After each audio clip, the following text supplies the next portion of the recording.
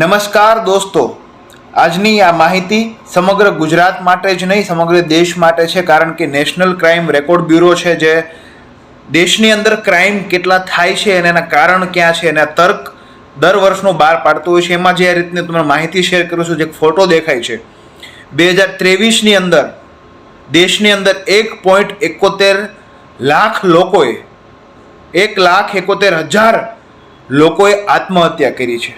કારણ ચાહે કોઈ પણ હોય, એની અંદર સૌથી વધુ પ્રમાણમાં ખેડૂતો છે, જે વર્ષની અંદર 10,700 ખેડૂતોએ એનાથી વધુ, આ તો સરકારી આંકડા છે, સરકારી આંકડા ક્યાંક ને ક્યાંક સમાવવામાં આવતા હોય છે, નાના કરવામાં આવતા હોય છે સરકારને સારી દેખાવા માટે વૈશ્વિક લેવલે, પરંતુ 10,700 ઓન ચોપડે ખેડૂતોએ આત્મહત્યા કરી છે અને વિદ્યાર્થીઓમાં 62% આત્મહત્યા કરવાનો જે આંકડો છે વધારો થયો છે.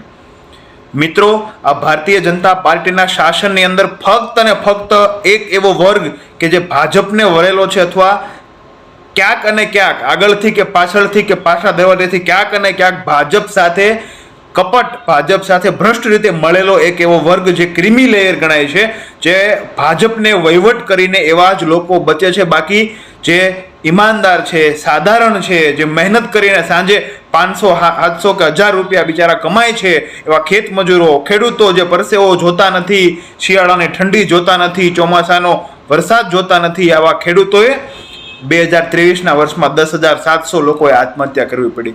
મિત્રો, આ ભાજપની ખેડૂત વિરોધી નીતિના કારણે વર્ષો દર વર્ષે ખેડૂતોમાં આત્મહત્યા કરવી પડે છે.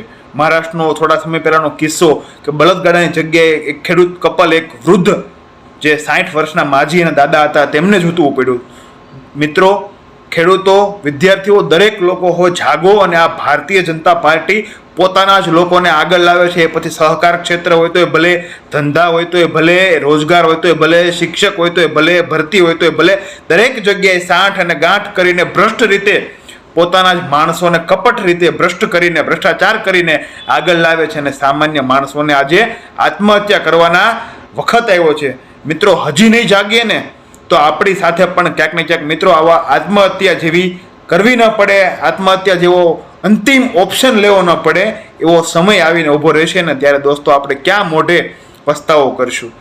મિત્રો, જાગો અને ભારતીય જનતા પાર્ટીના આવા કપટ, ભ્રષ્ટાચાર અને એની એવી નીતિ વિરોધી લોકો બોલો, જાગૃત બનો અને આગળ આવો.